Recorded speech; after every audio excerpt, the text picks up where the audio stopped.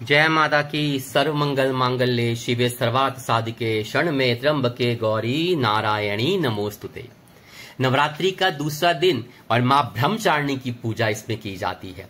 मां पार्वती का अविवाहित रूप माना जाता है मां ब्रह्मचारिणी।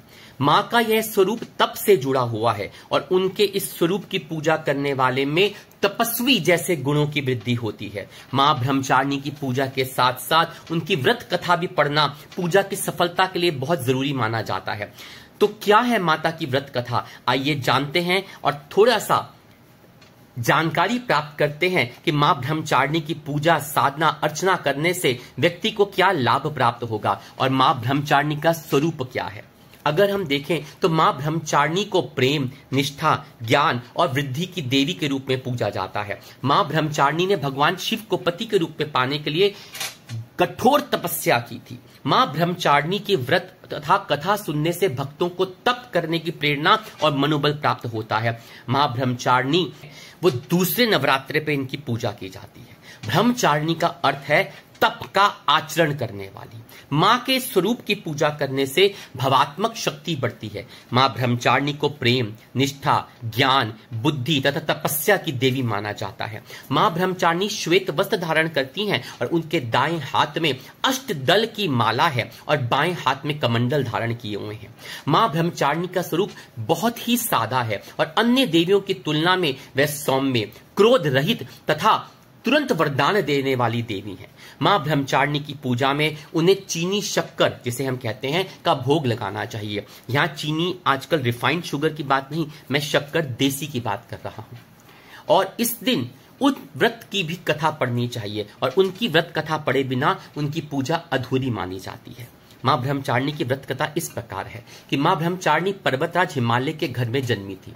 इसके बाद उन्होंने नारद जी से उपदेश लेकर भगवान शिव को पति के रूप में पाने के लिए कठोर तपस्या करी। कठोर तपस्या के कारण ही उन्हें ब्रह्मचारिणी कहा गया।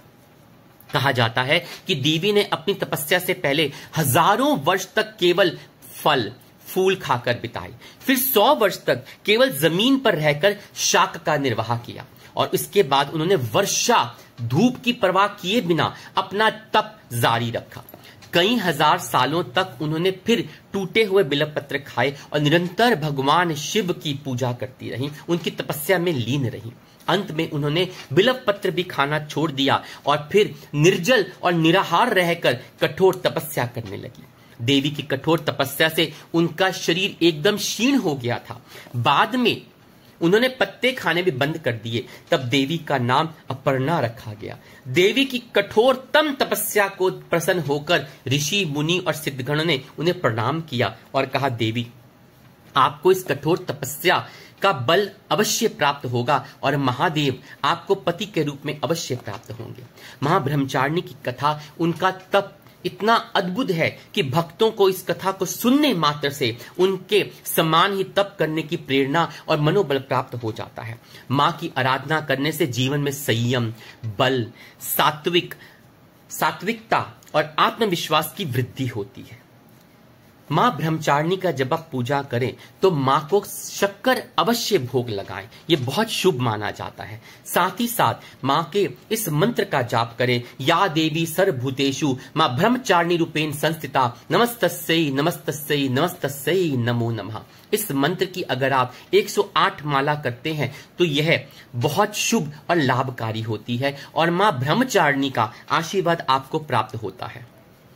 जो व्यक्ति अखंड ज्योत नहीं जला रहे हैं वह सुबह मां भगवती का अर्चना करें, जो दीपक जलाएं और शुद्ध घी का दीपक जलाएं। मां के पूजा अर्चना आरती करें, मां को पुष्प अर्पण करें, मां को फल अर्पण करें, हार अर्पण करें।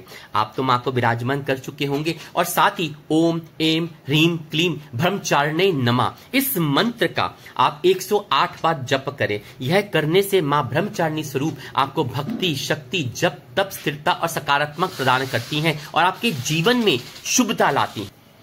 मां ब्रह्मचारिणी को सफेद रंग के, पीले रंग के, कमल के, गुड़हल के और चमेली के फूल चढ़ाना अत्यंत लाभकारी होता है। अगर आप सफेद फूल चढ़ाते हैं तो तपस्या और शुद्धता का प्रतीक होता है। पीले फूल चढ़ाते हैं तो मां से ज्ञान, बुद्धि का वरदान प्राप्त होता है। अगर मां को आप कमल का फूल अर्पण करते हैं तो आपको शास्त्रों में वर्णित है कि वो आपको असम्य ज्ञान प्राप्त होता है। गुलड़ के फूल आपको शक्ति और मां के अत्यंत प्रेम आपको प्राप्त होता है। और चमेली के फूल अगर मां को अर्पण करते हैं तो ये मां का आप पे असीम आशीर्वाद बनाए रखने में आपको लाभकारी सिद्ध होता है। मां ब्रह्मचारिणी को आप खासकर चीनी या शक्कर जो होती है देसी, या फिर आप मिश्री का भोग लगाइए। यह माना जाता है कि अगर आप मां को मिश्री या शक्कर का भोग लगाते हैं तो आयु लंबी होती है और साधक की सभी इच्छाएं पूरी होती हैं। इसके साथ आप दूध और मिश्री से बनी मिठाइयां, पंचामृत का भोग लगाएं तो यह बहुत ही शुभ माना जाता है। और फिर आप इसमें जो व्रत वाले चावल होते हैं, कई लोग भी जानते हैं कि गुड़ डाल के वो अगर खीर बनाते हैं, शक्कर डाल के अगर वो खीर बनाते हैं तो मां को वो भोग लगाना अत्यंत लाभकारी सिद्ध होता है।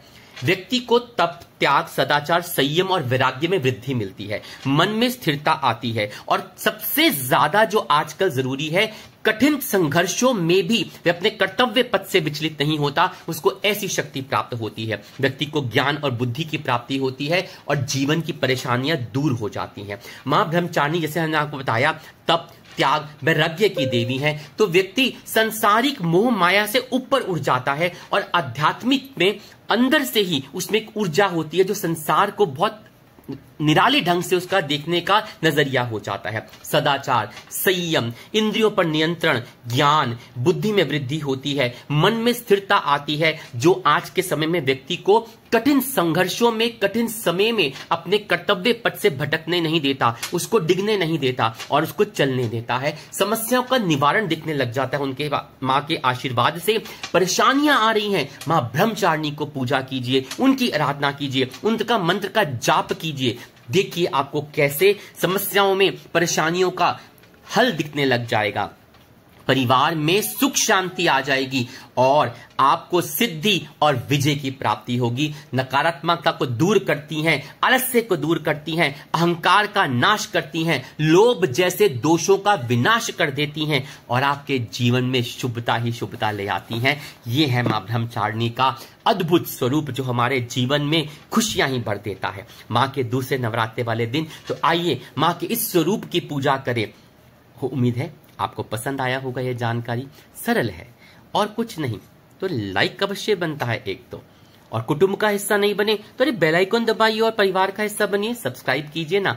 और अगर आप वाकई हमारे परिवार का हिस्सा हैं तो इस कुटुंब को बढ़ाइए, औरों के साथ ये जानकारी शेयर कीजिए, साझा कीजिए, ताकि हमारा परिवार यूं ही बढ़ता रहे और ऐसी वीडियो का आपके साथ साथ आपके प्रियजनों को भी लाभ मिलता रहे।